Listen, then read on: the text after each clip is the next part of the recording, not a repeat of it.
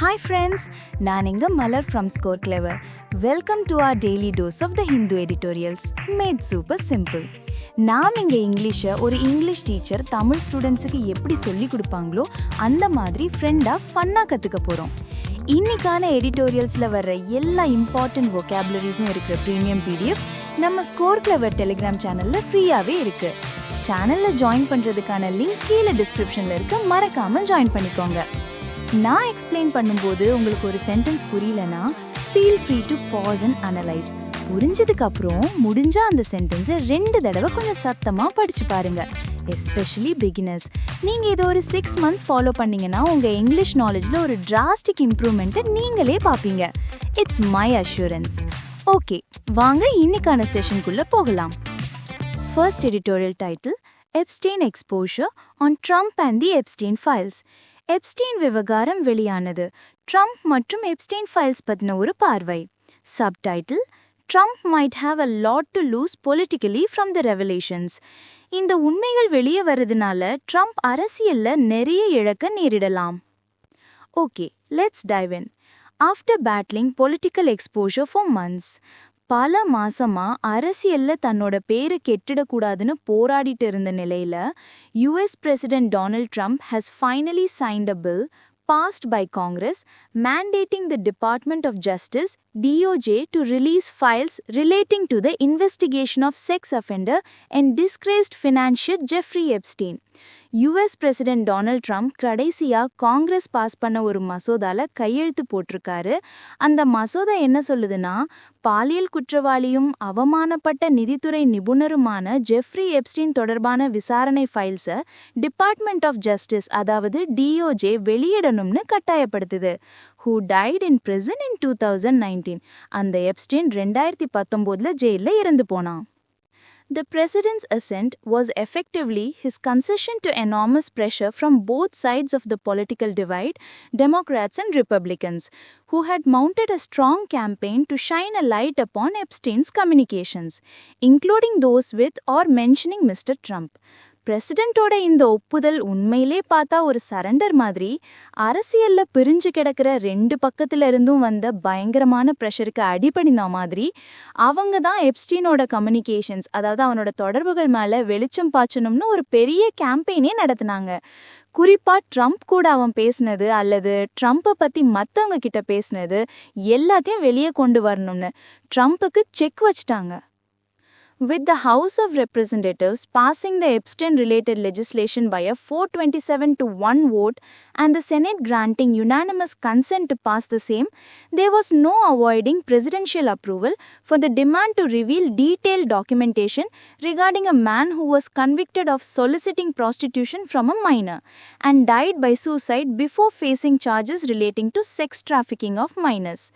இப்போ House of Representatives-ல Epstein சம்பந்தமான இந்த சட்டத்தை 427க்கு 1 என்ற வாக்கு வித்தியாசத்துல பாஸ் பண்ணிட்டதாலையும் செனட்டும் ஏகமனதா இதை பாஸ் பண்ண சம்மதிச்சதாலையும் இந்த விரிவான ஆவணங்களை வெளியிட சொல்ற கோரிக்கைக்கு பிரசிடென்ட்டால அப்ரூவல் கொடுக்காம இருக்கவே முடியல. ஏன்னா இந்த ஆள், அதாவது எப்ஸ்டீன், ஒரு மைனர் பொண்ணை பாலியல் தொழிலுக்காக தூண்டின குற்றத்துல தண்டனை வாங்கினவன். அது மட்டும் ஐயாம மைனஸ் செக்ஸ் டிராஃபிக்கிங் செஞ்ச குற்றச்சாட்டுகளை சந்திக்கிறதுக்கு முன்னாடியே தற்கொலை பண்ணி செத்துட்டான். The DOJ has to release within 30 days all files stemming from the investigation of Epstein. இப்போ DOJ 30 நாளுக்குள்ள எப்ஸ்டீன் விசாரணையிலிருந்து கிடைச்ச எல்லா ஃபைல்ஸையும் வெளியிடணும். ஆனா பாதிக்கப்பட்டவங்களோட விவரங்களை மட்டும் மறைச்சிக்கலாம், அதாவது ரிடாக்ட் பண்ணிக்கலாம். ஆனா மற்றவங்களோட விவரங்களை அது அவங்களுக்கு எவ்வளவு சங்கடத்தையோ பேர்ல களங்கத்தையோ இல்ல அரசியல் சிக்கலையோ உண்டாக்குனாலும் சரி, மறைக்க கூடாதுன்னு சொல்லிட்டாங்க. இப்போதான் அரசியல் ஆட்டமே ஆரம்பிக்க போகுது. The broader context to the turn in the Epstein saga is the established fact of Mr. Trump's friendship with Epstein. Even though the president has refuted all knowledge of Epstein's criminal activities and that he severed relations years ago. இந்த Epstein கதையில இந்த திருப்பம் வர்றதுக்கு ஒரு பெரிய பின்னணி என்னன்னா, ட்ரம்ப்பும் எப்ஸ்டீனும் ஃப்ரெண்ட்ஸுங்கிறது ஏற்கனவே நிரூபிக்கப்பட்ட ஒரு உண்மை. ஆனா பிரசிடென்ட் என்ன சொல்றாருன்னா, எப்ஸ்டீனோட கிரிமினல் ஆக்டிவிட்டீஸ் பத்தி எனக்கு எதுவும் தெரியாது, நான் பல வருஷம் முன்னாடியே அவன் கூட இருந்த உறவை முறிச்சுக்கிட்டேன்னு மறுத்துட்டு இருக்காரு. Indeed, even though there was no mention of suggested criminality, Mr. Trump's name was writ large in the 20,000 pages of documents from Epstein's estate that congressional lawmakers released recently. உண்மையிலே எந்த ஒரு குற்றவியல் செயல்பாடு பத்தியும் குறிப்பிடப்படலைனாலும் சமீபத்தில் காங்கிரஷனல் லாமேக்கர்ஸ் வெளியிட்ட எப்ஸ்டைன் சொத்து சம்பந்தமான 20,000 பக்க ஆவணங்கள்ல ட்ரம்போட பேரு பெரிய அளவில் இருந்துச்சு. The information suggests that Epstein did communicate with several other noted social elites, including former Prince of UK Prince Andrew, Trump's former advisor Steve Bannon, and former Harvard President Larry Summers. இந்த தகவல் என்ன சொல்லுதுன்னா, Epstein சமூகத்துல பெரிய இடத்துல இருக்கிற இன்னும் பலரோட கான்டாக்ட்ல இருந்திருக்கான். அதுல யூகேவோட முன்னாள் இளவரசர் ஆண்ட்ரூ, ட்ரம்போட முன்னாள் ஆலோசகர் ஸ்டீவ் பேனன், பிறகு ஹார்வர்டோட முன்னாள் பிரசிடென்ட் லாரி சம்மர்ஸ்லாம் அடங்குவாங்க. பெரிய பெரிய தலைங்கள்லாம் லிஸ்ட்ல இருக்கு.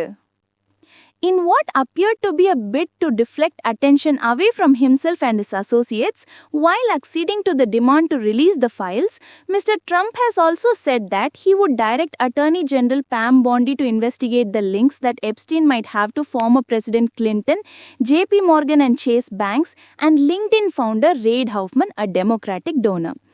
தன்னையும் தன் கூட்டாளிகளையும் விட்டு கவனத்தை திசை திருப்புற ஒரு முயற்சியாக இந்த ஃபைல்ஸை வெளியிடணும்னு கோரிக்கைக்கு சம்மதிச்சது. அதே நேரத்துல ட்ரம்ப் என்ன சொல்லியிருக்காருன்னா, அட்டர்னி ஜெனரல் பாம் பாண்டி கிட்ட சொல்லி எப்ஸ்டைனுக்கு முன்னாள் president Clinton, JP Morgan and Chase banks, பிறகு லிங்க்டின் நிறுவனர் ரெய்ட் ஹாஃப்மன் கூட இருந்த தொடர்புகளையும் விசாரிக்க சொல்ல போறாராம். ரெய்ட் ஹாஃப்மன் ஒரு டெமோக்ராட்டிக் கட்சிக்கு நன்கொடை கொடுக்கிறவரு. நான் மட்டும் மாட்டேன், எல்லாரையும் சேர்த்து மாட்டி விடுவேன்னு களத்துல இறங்கிட்டார் நம்ம Trump. Whatever insights the files reveal, it is clear that Mr. Trump has had an association with the high society criminal guilty of sex crimes against minors and likely against women too. அந்த files என்னதான் உண்மைகளை வெளியே கொண்டு வந்தாலும் ஒரு விஷயம் ரொம்ப தெளிவா தெரியுது. ட்ரம்ப் மைனஸுக்கு எதிராக வழக்கில் பெண்கள் கிட்டையும் பாலியல் குற்றங்கள் செஞ்ச ஒரு ஹை சொசைட்டி கிரிமினல் கூட தொடர்புல இருந்திருக்காரு. இப்போ கேள்வி என்னன்னா, வாக்காளர்கள் குறிப்பா அவரோட கன்சர்வேட்டிவ் ஆதரவாளர்கள்ல இருக்கிற பெண்கள் இந்த தொடர்பை ஒரு போதுமான காரணமா நினைச்சு ட்ரம்ப்புக்கு ஆதரவு கொடுக்கறதுல இருந்து பின்வாங்குவாங்களா, பொதுவா மேகா அரசியலிருந்து விலகிடுவாங்களாங்கிறது தான். That's the $1 million question. Hey guys, ஒரு சின்ன பிரேக். இந்த மாதிரி எடிட்டோரியல்ஸை சுலபமாக புரிஞ்சுக்க அதில் இருக்கிற vocabularies, idioms and phrases, phrasal verbs எல்லாம் ரொம்ப முக்கியம். இது எல்லாத்தையும் ஈஸியாக மனசில் வச்சுக்கணுமா? உடனே கூகுள் பிளே ஸ்டோர்லேருந்து நம்ம ஸ்கோர் கிளவர் ஆப்பை டவுன்லோட் பண்ணுங்க. அதில் இருக்கிற யூனிக் லேர்னிங் டெக்னிக் மூலமாக நீங்கள் ஒரு தடவை படித்தா போதும், வாழ்க்கையில் மறக்கவே மாட்டீங்க. அதுக்கு நான் கேரண்டி. அண்ட் காய்ஸ், எங்களோட இந்த புது பாட்காஸ்ட் முயற்சி எப்படி இருக்குன்னு உங்கள் ஃபீட்பேக்கை கமெண்ட்ல சொல்லுங்க. இந்த மாதிரி ஒரு பாட்காஸ்ட் உருவாக்குறதுக்கு நிறைய எஃபர்ட் தேவைப்படுது. ஸோ ப்ளீஸ் உங்கள் லைக் ஷேர் மூலமாக எங்களுக்கு சப்போர்ட் பண்ணுங்க. மறக்காம சப்ஸ்கிரைப் பண்ணிடுங்க. Now back to the second editorial. Okay, ரெண்டாவது எடிட்டோரியல் பீகார் பாலிடிக்ஸ் பத்தி. Nitish Kumar the comeback king. Title: new reckoning on Nitish Kumar's 10th term in Bihar. ஒரு புதிய கணக்கீடு பீகார்ல நிதிஷ்குமாரோட 10வது பதவிக்காலம் பத்தி. Subtitle: Nitish Kumar's 10th term must deliver economic transformation for Bihar. நிதிஷ்குமாரோட இந்த 10வது டேர்ம் பீகாருக்கு ஒரு பொருளாதார மாற்றத்தை கண்டிப்பா கொடுத்தே ஆகணும். Let's start. With his swearing in as Chief Minister of the NDA-led government in Bihar, Nitish Kumar has begun his 10th term cumulatively at the helm of the state. பீகார்ல NDA தலைமையிலான அரசாங்கத்தோட முதலமைச்சரா பதவியேற்றதன் மூலம் நிதிஷ்குமார் அந்த மாநிலத்தோட தலைமை பொறுப்புல மொத்தமா இது 10வது முறையா தன்னோட டேர்மை ஸ்டார்ட் பண்ணியிருக்காரு. அடேங்கப்பா, இவரு நம்ம வடிவேலுவோட நானும் ரவுடி தான் மூமெண்ட் மாதிரி நானும் சிஎம் தான் சொல்லிட்டே இருக்கார் போல. This remarkable political longevity reflects not just his personal acumen, but also the JDU's electoral performance, which saw the party double its previous tally to 85 seats. அரசியல்ல இவ்ளோ நாள் நீடிச்சிருக்கிற இந்த ஆச்சரியமான விஷயம் அவரோட தனிப்பட்ட திறமையை மட்டும் காட்டல, ஆனா JDU கட்சியோட தேர்தல் செயல்பாடு எப்படின்னு காட்டுது. ஏன்னா போன தடவை வாங்கினதை விட இப்போ 2 மடங்கா 85 seats ஜெயிச்சிருக்காங்க. His success owes much to the social coalition he has painstakingly built over the years. அவரோட இந்த வெற்றிக்கு முக்கிய காரணம் பல வருஷமா அவர் ரொம்ப கஷ்டப்பட்டு உருவாக்குன சமூக கூட்டணி தான். The JDU support base among the EBCs and Dalits, augmented by substantial backing from women across these sections, ஜேடியூக்கு இபிசிஸ் மற்றும் தலித்ஸ் மத்தியிலே இருக்கிற ஆதரவு தளம் இந்த பிரிவுகளில் இருக்கிற பெண்களோட கணிசமான ஆதரவால இன்னும் வலுப்பெற்றுச்சு. இது பிஜேபி மற்றும் மத்த என்டிஏ கூட்டணி கட்சிகளோட ஆதரவு தளங்களுக்கு ஒரு கூடுதல் பலத்தை கொடுத்திருக்கு. This multi-caste, multi-class coalition gave the alliance a decisive social edge over the opposition Mahagathbandhan, helping it stave off anti-incumbency. இந்த பல சாதிகள் பல வகுப்புகள் அடங்கின கூட்டணி எதிர்க்கட்சியான மகாகத்பந்தனை விட இந்த அலையன்ஸ்க்கு ஒரு உறுதியான சமூக ரீதியான சாதகத்தை கொடுத்துச்சு. இது ஆளுங்கட்சிக்கு எதிரான அதிருப்தி அலையை சமாளிக்க உதவி செஞ்சது. That voters have prioritized welfare deliveries over Mr. Kumar's serial realignments speaks to the efficacy of targeted benefits in insulating incumbents. Nitish Kumar அடிக்கடி கூட்டணி மாத்துறதை விட வாக்காளர்கள் நலத்திட்ட உதவிகள் கிடைக்கிறதுக்கு முன்னுரிமை கொடுத்திருக்காங்கங்கிற விஷயம் குறிப்பான பலன்களை மக்களுக்கு கொடுக்கறது ஆளுங்கட்சியில இருக்கிறவங்கள எப்படி காப்பாத்துதுங்கிறதோட செயல்படுத்திட்ட காட்டுது. Basically free piece work. Yet, electoral success cannot obscure the hard reality that confronts the septuagenarian leader. ஆனாலும் இந்த தேர்தல் வெற்றி 70 வயதை தாண்டிய இந்த தலைவர் எதிர்கொள்ளும் கடினமான உண்மையை மறைக்க முடியாது. Bihar remains at the absolute bottom on virtually every socio-economic indicator. Bihar மாநிலம் கிட்டத்தட்ட எல்லா சமூக பொருளாதார குறியீடுகள்லையும் முற்றிலும் கடைசி இடத்துல தான் இருக்கு. It continues to be the largest source of out-migration. வெளிமாநிலங்களுக்கு வேலைக்கு குடிபெயர்ந்து போறவங்களோட மிகப்பெரிய மூலமா பீகார் இன்னமும் இருக்கு. இதுக்கு காரணம் அங்க போதுமான வேலை வாய்ப்புகள் இல்லாதது தான்.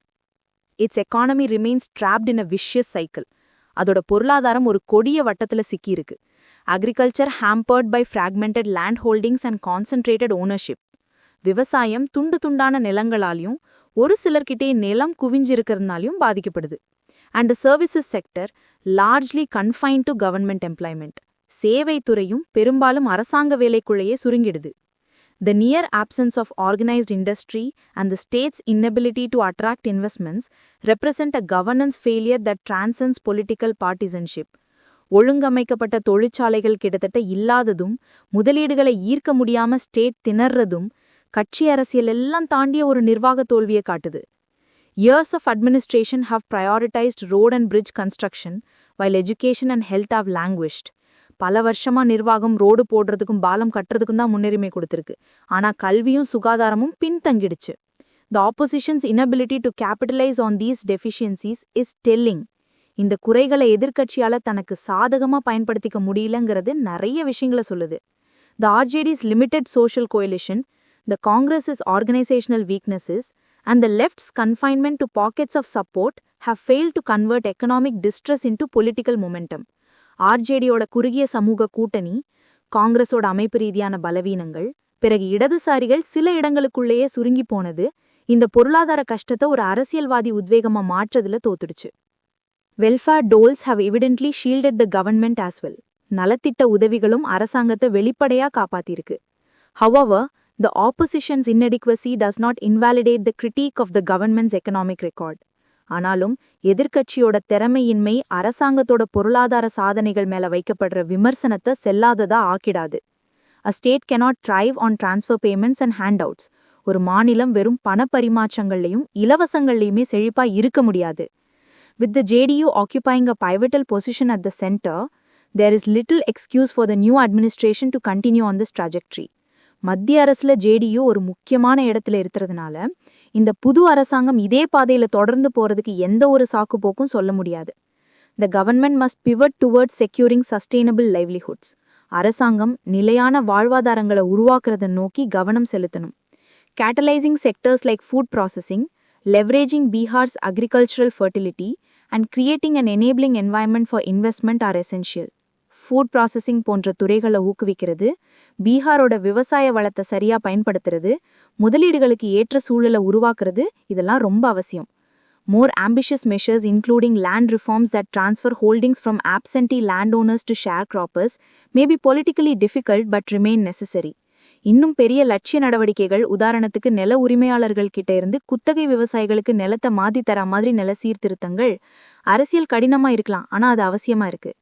Mr. Kumar's 10th term must be measured not by electoral arithmetic, but by whether it marks an inflection point in Bihar's development trajectory. திரு குமாரோட இந்த 10வது டேர்மை தேர்தல் கணக்குகளை வச்சு அளவிடக்கூடாது. ஆனா இது பீகாரோட வளர்ச்சி பாதையில ஒரு திருப்பு முனையை ஏற்படுத்துதா இல்லையாங்கிறத வச்சு தான் அளவிடணும்.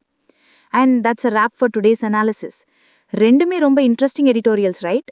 சரி, நாம செஷனை முடிக்கிறதுக்கு முன்னாடி ஒரு எக்ஸைட்டிங் அனௌன்ஸ்மெண்ட்.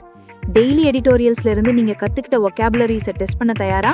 அப்ப நம்ம டெலிகிராம் சேனல்ல நடக்கிற எடிட்டோரியல் வொக்காபுலரி லீக்ல ஜாயின் பண்ணுங்க. இது எடிட்டோரியல் வொக்காபுலரிக்கான ஐபிஎல் மாதிரி. தினமும் நைட் 7 மணிக்கு லைவ் குவிஸ் நடக்கும். மந்த்லி லீக்ஸ், ஸ்கோர்ஸ், ரிவார்ட்ஸ்னு ஒரே ரணகளமா இருக்கும். Come on aspirants, let's play and learn. சேனலை ஜாயின் பண்றதுக்கான லிங்க் கீழே டிஸ்கிரிப்ஷன்ல இருக்கு. கிளிக் பண்ணுங்க, ஜாயின் பண்ணுங்க, கலக்குங்க. This is Malar from Score Clever signing off. Bye bye.